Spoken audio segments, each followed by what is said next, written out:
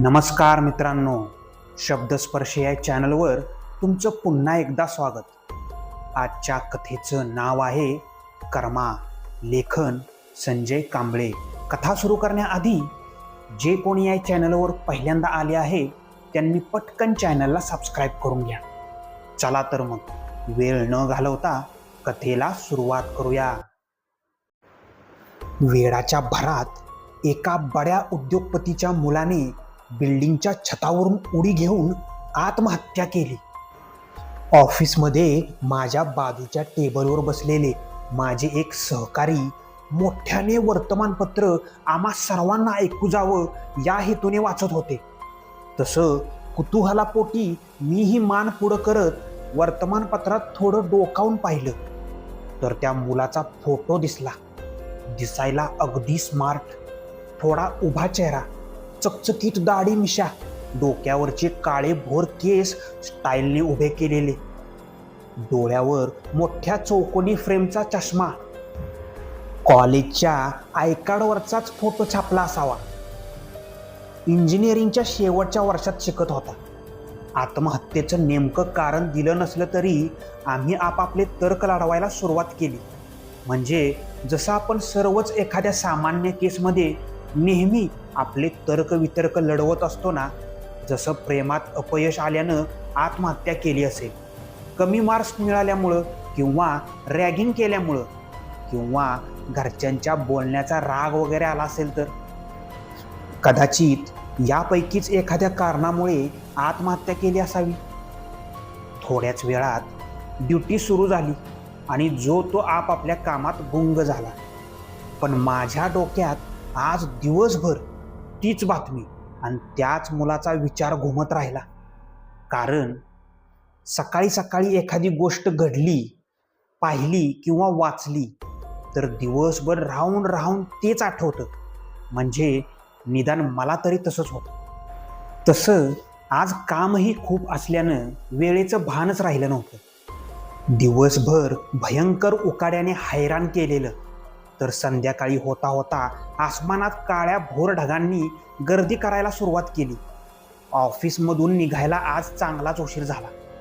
मी बाहेर पडायला आणि वादळी वाऱ्यासह पावसाने सुरुवात करायला एकच गाठ पडली. घोंगावणाऱ्या वाऱ्यासोबत पावसाचे टपोरे थेंब तड तड तड करत रस्त्यावर बरसू लागले. घोंगावणाऱ्या वाऱ्यासोबत काळ्या कुठ्ठ आभाळात अचानक अकराळ विक्राळ आकार घेत उमटणारी लख्ख प्रकाशाच्या रेषेसोबतच कांठाळ्या बसवणारी वीज अंगात धडकी भरवत होती. अशाच एक लख्ख झळकलेल्या विजेसोबतच रस्त्याकडेला असलेल्या खांबावरच्या ट्रान्सफॉर्मरवर एक स्फोट झाला. चर्र चर्र आवाजासोबत काही सेकंद त्या जोराच्या मुसळधार पावसातही दीपावलीच्या आतिषबाजीसारख्या उठणाऱ्या ठिणग्यांनी परिसर उजळून निघाला आणि प्रकाशाचा एकमेव आधार असलेली लाईटही गेली. त्यासरशी वादळी वाऱ्यासोबत कोसळणाऱ्या पावसालाही रात्रीच्या लख्ख काळोखानं आपल्या कवेत घेतलं. आता दिसत नसलं तरी तो होता, कोसळत होता, मनमुराद बरसत होता आणि माझ्या काळजात धडकी भरवत होता. रात्रीचे 11 वाजून गेले होते. कामाच्या ठिकाणाहून माझं घर साधारण 25 किलोमीटर. तसाही जॉब नवीनच. कोणतेही कारण न सांगता उशिरापर्यंत काम करावं लागायचं आणि माझ्यासाठी हे नेहमीचंच होतं. आमच्या कंपनीचे वयस्कर वॉचमन आपल्या हातातील टॉर्चच्या प्रकाशात ऑफिसला नीट लॉक करून गेटच्या आतच त्यांना बांधून दिलेल्या छोट्याशा खोलीमध्ये अंगावर चादर गुरफटून बाहेर पडणाऱ्या पावसाकडे बघत आपल्या भुवया उंचावत आपल्या शर्टच्या वरच्या खिशातून एक साधी विडी काढून माझ्यासमोर धरली आणि मला ओढण्याचा प्रयत्न करू लागले. तशी मी नकारार्थी मान हलवली. घे रे बाळ, थंडी आहे पावसाला. बिडी ओढलीस तर तेवढंच चांगलं वाटेल.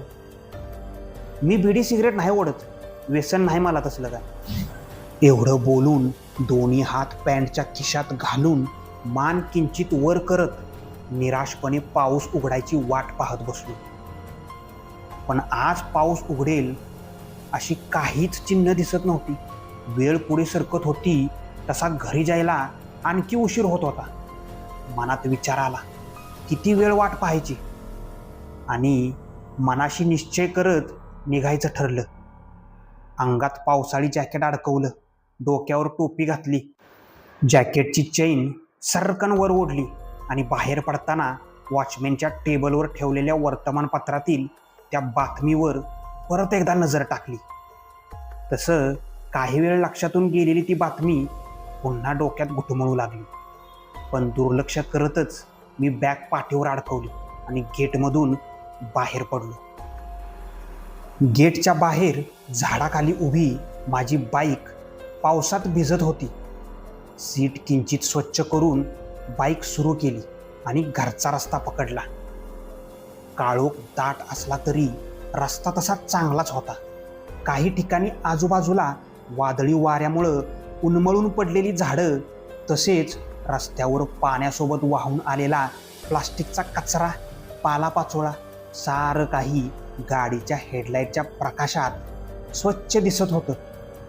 हे सारं पाहताना किंचित भीती वाटत होती. इतक्या रात्री ड्युटीवरून परतायची सवय नव्हती, त्यामुळं मन काहीसं अस्वस्थ होतं. कारण आमच्या गावाच्या रस्त्यावर दिवसाही जास्त वर्दळ नसते. त्यात एवढ्या रात्री वाहनं जवळजवळ नसतातच. आता गाडी रस्त्यावरून धावू लागली तसा काही सेकंदातच मी अगदी पावसाच्या पाण्याने चिंब भिजलो. या ओसाड निर्जन रस्त्यावरून जात असताना भयानक काळोखाला भेदणाऱ्या माझ्या गाडीच्या हेडलाईटच्या प्रकाशात चमकणारे शुभ्र पावसाच्या पाण्याचे थेंब पाहताना पावसाची भीषणता अगदी स्पष्ट जाणवत होती. जोराचा पाऊस असल्यानं माझ्या गाडीचा वेग तसा सामान्यच होता. तेवढ्यात बाजूला नजर गेली.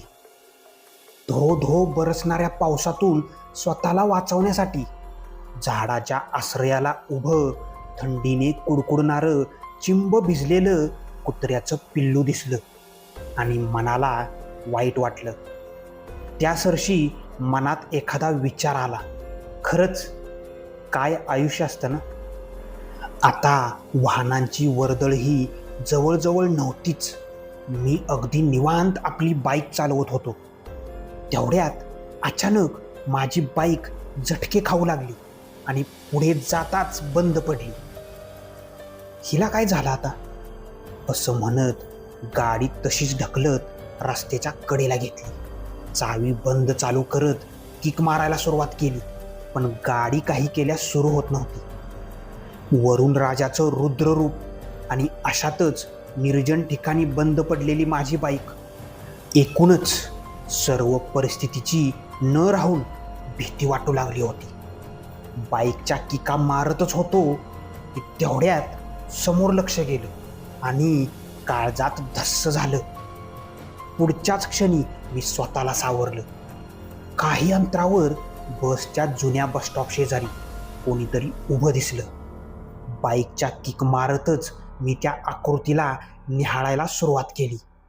तसं मागील रस्त्यावरून येणाऱ्या एका वाहनाच्या हेडलाईटच्या प्रकाशामुळे मला ती आकृती आता किंचित स्पष्ट दिसू लागली.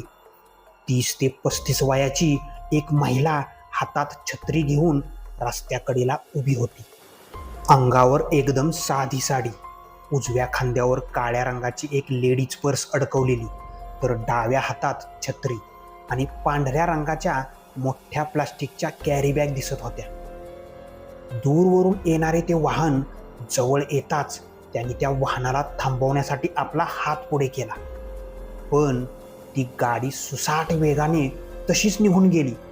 पण गाडीच्या टायर्समधून उडालेले पावसाचं पाणी अंगावर येताच आपली साडी हिरमुसलेल्या नजरेनं पाहत त्या रस्त्यापासून जरा मागेच उभ्या राहिल्या. ते वाहन निघून गेलं तसं पुन्हा एकदा काळा कुट्ट अंधार पसरला. मी आता मनात ठरवून ठेवलं की बाईक सुरू झाल्यानंतर या महिलेला तिच्या घरी सोडूनच मग घरी जायचं. तसंही माझ्या जागी दुसरं कोणी असतं तर हेच केलं असतं. पावसाचा जोर किंचित कमी झालेला. मी गाडीचा प्लग काढून साफ केला आणि गाडी सुरू करू लागलो. इतक्यात मागून 2 मोटारी येत असल्याचं लक्षात आलं. कदाचित कॉलेजच्या मुलांचा ग्रुप असावा. जोरात ओरडत, शिट्ट्या मारत, भरधाव वेगाने वेडी वाकडे वळणे घेत त्या मोटारी एकमेकांना ओव्हरटेक करत होत्या आणि पुढे जाण्याचा प्रयत्न करत होत्या. सुसाट वेगात त्यातली एक मोटार माझ्या जवळून अगदी घासूनच गेली. काही बोलणार तोच धाडकन आवाज झाला आणि रात्रीची ती भयान शांतता भेदत हृदय पिळवटून टाकणाऱ्या एका अर्थकिंकाळीनं आसमंत भरून गेला. एखाद्या मुक्या जनावराला मारहाण करताना जीवाच्या आकांताने त्याने फोडलेला हंबरडा ऐकला असेल, तसंच आवाज त्या महिलेचा आला. कारण रस्त्याच्या कडेला उभ्या त्या बाईंना त्यातल्या एका मोटारीची जोरदार धडक बसलेली. त्या बाई मोटारीच्या धडकेने कितीतरी फूट उंच उडून रस्त्यावर गडगडत जाऊ लागल्या. पण त्या मोटारी तशाच वेगात त्याच्या अंगावर पुन्हा झेपावल्या. पुढच्या चाकात अडकून त्या बाई 12 ते 15 फुटापर्यंत मोटारीसोबतच फरफटत गेल्या. मी मागून ओरडत धावू लागलो, पण दोन्ही मोटारी त्या बाईला चिरडून झटक्यासरशी निघून गेल्या. त्या भयान आवाजानंतर पुन्हा एकदा नीरव शांतता पसरली. रात्रीच्या नीरव शांततेत जखमी अवस्थेत रस्त्यावर पडलेल्या त्या स्त्रीचा वेदनांनी कणत असलेला आवाज घुमू लागला. त्या भयानक काळोखात पावसाची रिपरिप सुरूच होती. समोर घडलेल्या त्या अपघातानं माझं तर सर्व अंग थरथर कापत होतं. पायामधली शक्तीच संपली होती, पण तसाच धीर एकवटून त्यांच्या जवळ गेलो. काळोखानं भरलेल्या आभाळात, लख्खन आभाळात वीज चमकली. त्यासरशी सफेद प्रकाशात त्यांचं जखमांनी भरलेलं शरीर दिसलं आणि हातापायात गोळाच आला. त्या मात्र भरल्या डोळ्यांनी आपले जखमी हात माझ्यासमोर जोडत मदत मागू लागल्या. घाबरून चालणार नव्हतं. प्रसंग ओढवला की धीर एकवटावाच लागतो. एक गोष्ट आज समजली होती, ती म्हणजे जिथे तुमची गरज असते परिस्थिती तुम्हाला तिथं नेऊन ठेवतेच. त्याला काळ म्हणा, आलेली वेळ म्हणा, अथवा लक बॅड लक म्हणा. त्यांना तसेच दोन्ही हातांनी उचलून रस्त्याच्या कडेला असलेल्या झाडाखाली बसवलं.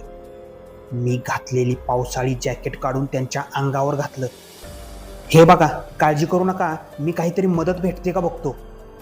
त्यांना थोडा धीर द्यायचा प्रयत्न करत असलो तरी मी मात्र आतून हादरून गेलो होतो. झाडाखाली वेदनांनी कणत त्या भीतीनं अक्षरशः थरथर कापत होत्या. त्यांच्या जखमांमधून येणाऱ्या रक्ताने माझे हात आणि कपडेही आता भिजले होते. ॲम्ब्युलन्सला कॉल करण्यासाठी खिशातून मोबाईल काढला, पण लक्षात आलं की पावसाच्या पाण्याने भिजून तो आता बंद झालाय. काही मदत भेटते का पाहायला त्यांच्या जवळून उठत होतोच, त्यांनी माझा हात आपल्या जखमी रक्ताळलेल्या हातांनी घट्ट धरत थरथर त्या केविलवाण्या आवाजात बोलू लागल्या. प्लीज प्लीज मला वाचवा हो. उद्या दिवाळीच्या सणासाठी माझ्या मुलांसाठी कपडे आणि खाऊ आणला आहे. काही वर्षापूर्वीच दारूच्या नशेत माझा नवरा गेला. आता माझं काही बरं वाईट झालं तर माझी मुलं, माझी पोरं काय करतील. मला वाचवा, मला मरून चालणार नाही. बोलतानाही त्यांच्या डोळ्यातून अश्रू ओघळत होते. जड झालेल्या आवाजात असह्य वेदना आणि आपल्या मुलांसाठी काळजी स्पष्ट दिसत होती. मी मानेने होकार देत रस्त्यावर विखुरलेलं त्यांचं साहित्य एकत्र करत त्यांच्या जवळ आणून दिलं आणि पुन्हा काही मदत भेटते का पाहायला रस्त्यावर उभा राहिलो. पण दूरवर कोणतंही वाहन दिसत नव्हतं. घाईघाईने माझ्या बाईकच्या किका मारत ती सुरू करण्याची केविलवाणी धडपड करू लागलो, पण व्यर्थ. झटकन डोक्यात आलं आणि पुन्हा धावत त्या महिलेजवळ गेलो. पोटाशी कवटाळून धरलेली त्यांची पर्स मागितली तशा त्या बाई माझ्यासमोर हात जोडत बोलू लागल्या, माझ्या मुलांच्या शाळेची फी भरण्यासाठी आणलेले पैसे आहेत, ते प्लीज ते पैसे घेऊ नका. मी काहीच न बोलता त्यांच्या पर्समधील साहित्य शोधायला सुरुवात केली आणि माझ्या कामाची वस्तू मला मिळाली. क्षणाचाही विलंब न लावता इमर्जन्सी सेवेच्या नंबरला 108ला कॉल केला आणि घटनेची माहिती दिली. पुन्हा मोबाईल त्यांच्या पर्समध्ये ठेवत पर्स त्यांच्या हातात दिली, पण त्या कसलीच प्रतिक्रिया देत नव्हत्या. कदाचित खूप रक्त गेल्यानं हळूहळू त्या बेशुद्ध होत चालल्या होत्या. मी त्यांना आवाज दिला तशा किंचित आपले डोळे उघडत माझ्याकडे पाहत म्हणाल्या. येथून 5-6 किलोमीटर अंतरावर रस्त्याच्या कडेलाच माझं लहानसं घर आहे. गळ्यातलं लॉकेट पुढे करत म्हणाल्या, हा माझ्या मुलांचा फोटो. त्या पिशवीमध्ये माझ्या मुलांसाठी घेतलेले कपडे आणि खाऊ आहे. त्यांना आठवणीने द्या आणि सांगा तुमची आई लवकर परत येईल. इतकं कराल माझ्यासाठी?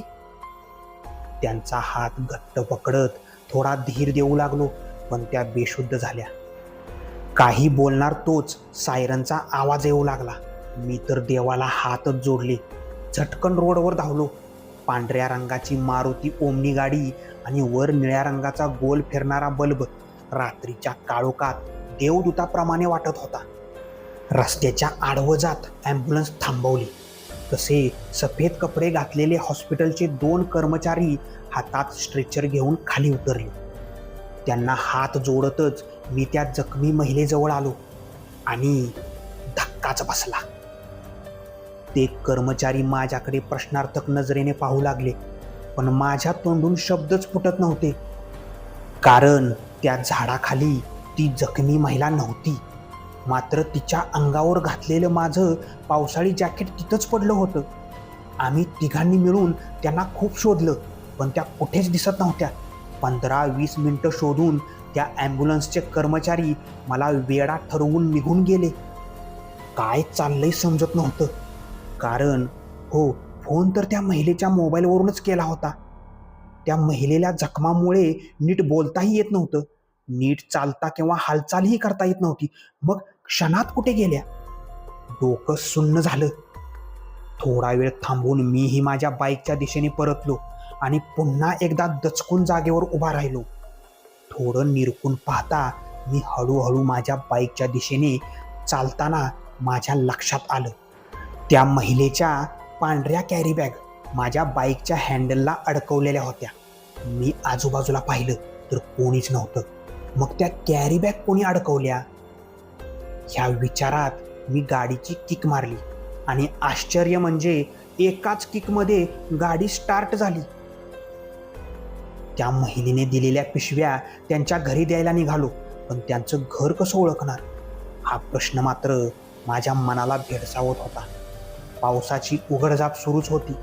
त्या ठिकाणाहून 5-6 किलोमीटर पुढे आलो. रस्त्याच्या आजूबाजूला तुरळक वस्ती दिसत होती, पण रात्रीचे 2-2:30 वाजून गेलेले, त्यामुळं एवढ्या रात्री कोणाला पत्ता विचारणार. अचानक बाईकच्या पिवळसर हेडलाईटच्या प्रकाशामध्ये कोणीतरी रस्त्याच्या डाव्या बाजूला एका झाडाखाली उभं असलेलं दिसलं. त्यांना पाहताच झटकन बाईकचा ब्रेक मारला. तसं मागचं चाक स्लिप झालं. गाडी काही अंतरावर जाऊन तिरकीच थांबली. झटकन बाईक मागे वळवली आणि झाडाखाली उभ्या त्या दोघांकडे पाहिलं. झाडाच्या आसऱ्याला 10 ते 12 वर्षाची एक मुलगी आणि 7-8 वर्षाचा एक लहान मुलगा एकमेकांना घट्ट धरून पावसाच्या पाण्यात चिंब भिजत तसेच उभे होते. बाईक साईड स्टँडवर लावली आणि त्यांच्या जवळ गेलो. भीतीनं की थंडीनं माहीत नाही, पण दोघंही थरथर कापत एकमेकांना आधार देत उभे होते. हे बाळांनो, एवढ्या रात्री इथे काय करताय आणि घर कुठं आहे तुमचं? मी 2-3 वेळा एकच प्रश्न विचारला, पण दोघेही काही बोलण्याच्या मनस्थितीत नव्हते. आपल्या लहान भावाला घट्ट मिठी मारून ती मुलगी फक्त माझ्याकडं पाहत होती. तसं झटकन डोक्यात विचार चंपून गेला. माझ्या लक्षात आलं, काही वेळापूर्वी महिलेनं लॉकेटमधील फोटो दाखवले होते, ते याच बहिणी भावांचे होते. बाळांनो, काळजी करू नका, तुमची आई लवकर येईल, चला घरी. असं बोलून त्यांच्या आईने दिलेल्या खाऊच्या पिशव्या त्यांच्या हाती दिल्या. बरं बाळा, घर कुठे आहे तुमचं? तसं त्या मुलीने आपली मान मागे वळवली. मी त्या दिशेने पाहिलं. एक कच्चा रस्ता दिसत होता, पण अंधारात असल्याने काहीच नीट दिसत नव्हतं. त्यांना सोबत घेऊन मी चालत पुढे निघालो. तसं समोरचं चित्र हळूहळू स्पष्ट होऊ लागलं. काही अंतरावरच एक गाडी उभी होती. थोडं विचित्र वाटलं की रस्ता सोडून ही गाडी खाली काय करते. कुतूहलापोटी थोडं पुढे जाऊन पाहिलं तर एक गाडी घराची भिंत पाडून त्या घरात घुसली होती. घराच्या आतल्या समोरच्या भिंतीवर पांढऱ्या बल्बच्या प्रकाशात घरातील सर्व वस्तू विखुरलेल्या दिसत होत्या आणि पुन्हा डोक्यात एक वीज चमकून गेली. कारण मगाशी हीच गाडी त्या बाईला जोराची धडक देऊन पुढे गेली होती. भिंत पडल्यानं गाडीच्या काचा फुटून लाल विटा पुढच्या सीटवर विखुरल्या होत्या. गाडीत मात्र कोणीच दिसत नव्हतं. विखुरलेल्या साहित्यातून वाट काढत गाडीजवळ गेलो आणि आत डोकावून पाहिलं. तसं कॉलेजच्या तरुणाचं एक आय कार्ड दिसलं. हात पुढे करत ते कार्ड उचलून पाहणार इतक्यात माझी नजर जमिनीवर माझ्या पावलांकडे गेली आणि काळजाचा ठोकाच चुकला. हृदय पिळवटून टाकणारं ते दृश्य पाहून अंग शहारलं. जसा सर्वांगावर एक काटाच उभा राहिला. माझ्या पायाखाली रक्ताचा सडा साठला होता. जरा निरखून पाहिलं आणि सुन्नत झालो. त्या गाडीच्या पुढच्या चाकाखाली 2 प्रेतं पडली होती. चाकाखाली विखुरलेल्या साहित्यातून नीटसं काही दिसत नव्हतं, पण रक्तानं माखलेल्या कपड्यावरून सारं काही समजलं.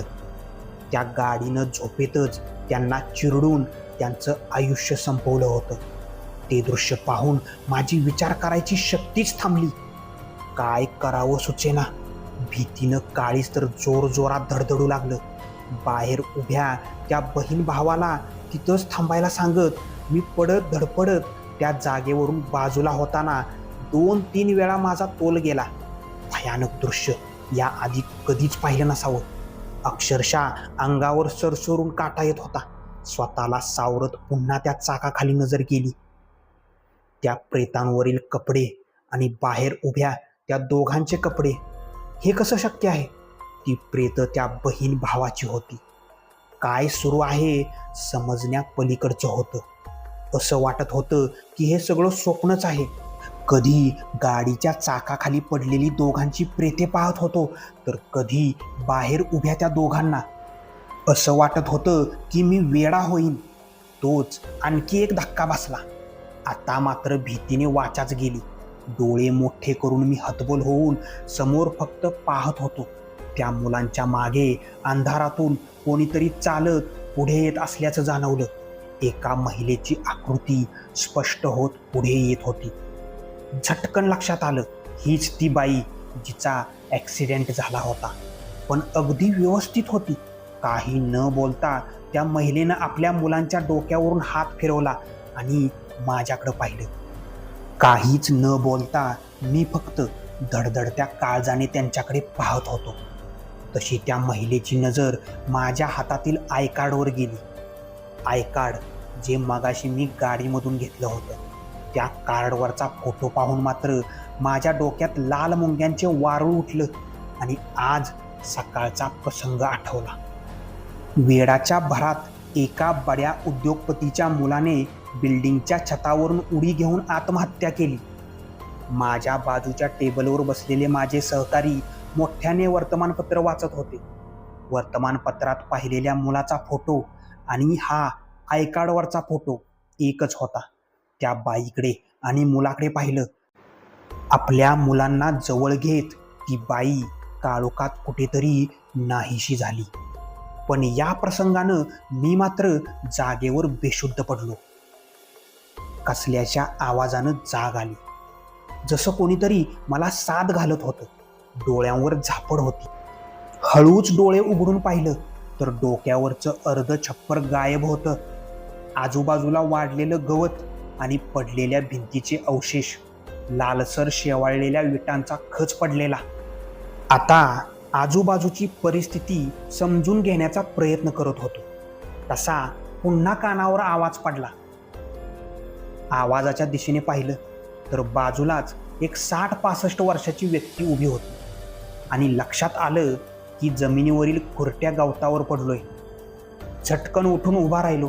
मी काही बोलणार तोच ती वयस्कर व्यक्ती बोलू लागली. तुलाच नाही, खूप लोकांना इथं हा अनुभव आलाय. 1 वर्ष होऊन गेलं या घटनेला. एका भीषण अपघातानं या घरातलं हसतं खेळतं कुटुंब उद्ध्वस्त करून टाकलं. दारूच्या नशेत एका कॉलेजच्या पोरानं गाडी या घरात घातली. घरात झोपलेल्या 2 बहिणी भावाला त्या गाडीनं चिरडून टाकलं. अपघातानंतर सगळं गाव गोळा झालं. त्या मुलांची आई घरी परतली तर तिला काय आणि कसं सांगायचं हा प्रश्न आम्हा सर्वांना पडला. सकाळी समजलं की रात्रीच त्यांच्या आईचा ॲक्सिडेंट झाला आणि सकाळपर्यंत इतकी वाहने तिच्या अंगावरून गेली की तिची ओळख पटत नव्हती. त्या बड्या बापाच्या अवलादींनी पोलिसांना पैसा चारून केस मिटवली, पण कधीतरी त्यांना आपल्या कर्माची फळं मिळतीलच. त्यांचं बोलणं ऐकून सर्व गोष्टींचा उलगडा झाला. काहीच न बोलता मी तिथून बाहेर पडलो. माझी बाईक रस्त्याकडेला तशीच उभी होती. रात्रीचा वादळी वाऱ्यासह आलेला पाऊस केव्हाच थांबलेला. आभाळ आता स्वच्छ झालं होतं. बाईकवर बसत त्या पडझड झालेल्या घराकडं पाहिलं. खूप वाईट वाटत होतं. दारूच्या नशेनं आणि पैशाच्या मस्तीनं एक हसतं खेळतं कुटुंब पूर्णपणे उद्ध्वस्त करून टाकलं होतं. पण आपलं कर्म आपली पाठ कधीच सोडत नाही. कधी ना कधी आपल्या वाईट कर्मांची शिक्षा आपल्याला मिळतेच. फरक एवढाच की ती कोणत्या रूपात मिळेल हे सांगता येत नाही.